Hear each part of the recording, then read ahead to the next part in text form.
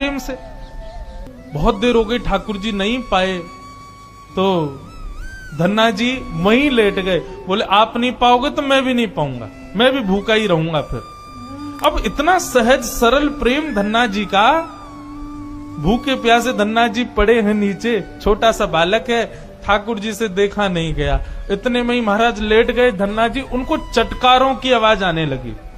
चटकारे जैसे कोई आदमी को ज्यादा स्वाद आए तो अपनी उंगलियां चाटता है ना, तो जब चट चट आवाज आती है चाटने पर, ऐसे चटकारों की आवाज आई। धन्ना जी बोले ये चटकारे कहां से आ रहे हैं? जैसे ही पीछे देखा पर्दा खोल करके तो नन्हे से बाल गोपाल प्रकट हो गए हैं और धन्ना जी के सुंदर प्रसाद को स्वीकार कर रहे, पा रहे हैं। असली शालिग्राम नहीं थे धन्ना जी के, पत्थर की सेवा करते थे, लेकिन भाव और विश्वास इतना ठाकुर जी के प्रति, ठाकुर जी प्रकट हो गए।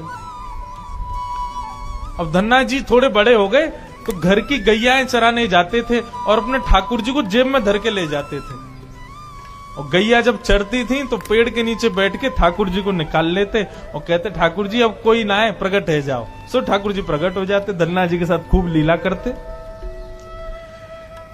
एक दिन ठाकुर जी ने धन्ना जी से कहा आज गाय चराने नहीं जाओगे?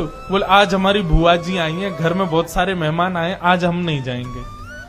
तो ठाकुर जी बोले एक काम कर, गैयान को गांव से बाहर ले जा और मोकू भी बाहर पधराया, तेरी जगह आज गैया मैं चराया आऊंगा। तो यही होने लगा। अब थोड़ी दूर तक धन्ना जी जाते, उसके बाद ठाकुर जी को बाहर निकालते और ठाकुर जी प्रकट हो जाते, गैया चराने ठाकुर जी जाते। आज 11-12 साल हो गए, वो संत आए जिनके शालिग्राम जी की सेवा थी। संत जैसे आए, धन्ना जी ने प्रणाम किया, जय हो मेरे गुरुदेव, गुरु जी के चरणों में प्रणाम। गुरु जी आपने ऐसे ठाकुर जी प्रदान किए, मेरा तो जीवन उत्सव हो गया।